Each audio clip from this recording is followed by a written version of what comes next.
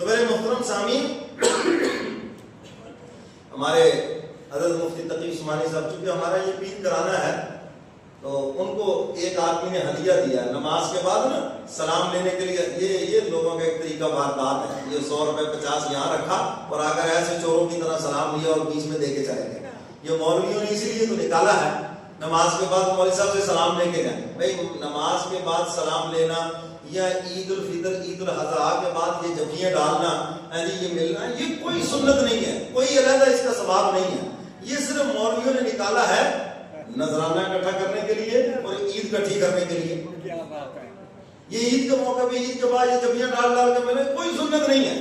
یہ صرف عید اکٹھی کرنے کے لیے. میں نے تو ایک عید پہ اعلان کیا تھا اگر تو عید دینی ہے جی بسم اللہ اہلا وسہلا مرحبا، اور اگر لینا دینا کچھ نہیں خالی میری پسلیوں کو رگڑا لگانا ہے تو میری طرف سے ساری عمر کا سلام ہے. مجھے سمجھ آ رہی ہے؟ یہ کوئی مسئلہ نہیں ہے. اپنا ہی من کرتا مسئلہ نکالا ہوا ہے. دیہاتوں میں ہم دیکھتے ہیں لوگ سنتے پڑھ کے بیٹھے مولوی صاحب فارغ ہو جائیں جی سلام لے کے جانا ہے. کیا لے سلام لے کے نہیں جانا، مولوی صاحب کو کچھ دے کے جانا ہے. سمجھ گئے کہ وہ بیچ میں تو حضرت کو بھی ایسے کسی نے 100 روپے ہدیہ دیا. یوں حضرت نے کہا بھی یہ کیا ہے؟ جی یہ ہدیہ ہے. تو میں ایسے چوروں کی طرح کیوں دے رہے؟ کھولو اس کو، آؤ باہر دوبارہ واپس. حضرت نے بھیجا فرمایا آؤ ہدیہ دینا بھی سنت ہے ہدیہ لینا بھی سنت ہے. آپ ایک ثواب کا کام کر رہے ہیں چوروں کی طرح کیوں کر رہے ہیں؟ تو اس لیے ہدیہ آپ دیں، دینا چاہیے. آپ اپنے والدین کو گفٹ دیں، اپنے اساتذہ کو دیں، اپنے پیر و مرشد کو دیں، اپنے محلے کے مولانا صاحب کو دیں، قاری صاحب کو دیں، حافظ اور ان کو دینا چاہیے. رمضان کے مہینے میں زیادہ دینا چاہیے. ان کی بھی ضروریات ہیں، ان کے بھی بچے ہیں جو قرآن سنا رہا ہے، جو بچوں کو قرآن پڑھا رہا ہے. آپ کے بچوں کو گھر میں آ کے قرآن پڑھاتا ہے، آپ کو نماز پڑھاتا ہے. ان کی خدمت کرنی چاہیے اور ہدیہ ان کو دینا چاہیے. دیں گے نا انشاءاللہ. جہاں جہاں سے بھی آپ آئے ہیں علماء بتا دیتے ہیں مولوی صاحب ہمارا وہ فلاں بندہ آپ کے پیچھے جمعہ پڑھتا ہے ماشاءاللہ جب سے جانے لگا میری خدمت بھی کرنے لگا. سمجھ گئے بات میں؟ تو اس لیے علماء کو ان کو ہدیہ دینا چاہیے. تو حضور علیہ الصلوۃ والسلام کو ہدیہ پیش کیا تو آپ نے فرمایا بہت اچھی چادر ہے. آپ نے اس کا دل خوش کرنے کے لیے فوراً اس کو اوڑھ لیا.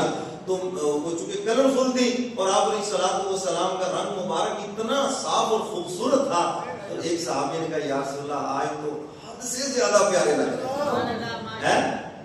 تو حضور علیہ الصلوۃ والسلام سے پھر ایک نے کہا یا رسول اللہ یہ چادر بڑی پیاری لگ رہی ہے. حضور نے اسی وقت اتاری فرمایا چلو تم یہ گفٹ قبول کرو.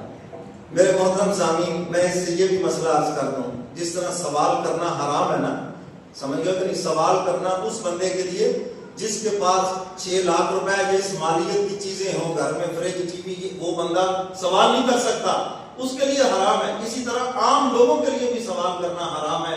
زبان سے کرنا، آنکھوں سے کرنا. بعض زبان سے نہیں کرتے، دیکھتے ہی ایسی للچائی نظروں سے ہے. اگر آپ خود ہی کہتے اللہ جو چور صاحب ہے آپ کو لگتا بہت ہی اچھی لگی ہے، یا زبان سے اتنی بے جا کر بھائی کیا بات ہے کتوں نہیں یہ دوبارہ کتنا لگ سکتی ہے. یہ ساری باتیں کیا بتا رہی کہ ہم مجھے میں نہیں دے دیتی. تو بھائی یہ زبان کا سوال ہے. استغنا اپنے اندر پیدا کرو. کیوں لوگوں کی جیبوں پہ نظر کرتے ہو، لوگوں کی چیزوں پہ نظر؟ خدا کے خزانوں پہ نظر کرو. خدا کے خزانوں پہ نظر کرو اور اس کے خزانوں میں کوئی فنا نہیں، کوئی کمی نہیں ہے. میرے اور آپ کے مانگنے میں کمی ہے، خدا کے دینے میں کوئی بھی کمی نہیں. حضور علیہ الصلوۃ والسلام سخی، اللہ فرماتے سب سے بڑا سخی میں ہوں اور پھر میرا محبوب سخی ہے اور میں دھرتی کے اوپر جو بھی سخی ہوگا اللہ فرماتے میں اس کو اپنے قریب کر دوں گا. فرمایا وہ میری رحمت کے بھی قریب ہے. فرمایا جو سخی ہے اور جو بخیل ہے اللہ فرماتے میں اس کو اپنے سے دور کر دیتا ہوں، میری مخلوق سے بھی بہت دور ہے. تو حضور علیہ الصلوۃ والسلام اس قدر سخی ہے. حضور کا لقب رؤوف بھی ہے، حضور کا لقب رحیم بھی ہے، جبار بھی ہے، جس کا معنی خزانے لٹانے والا.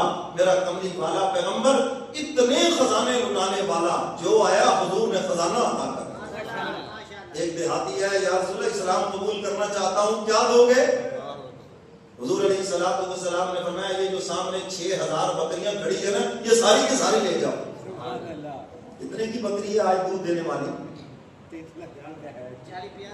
چلو اوسط اگر آپ اس کو 50,000 بھی لگا لیں تو 6,000 بکریاں کتنے کی بنی؟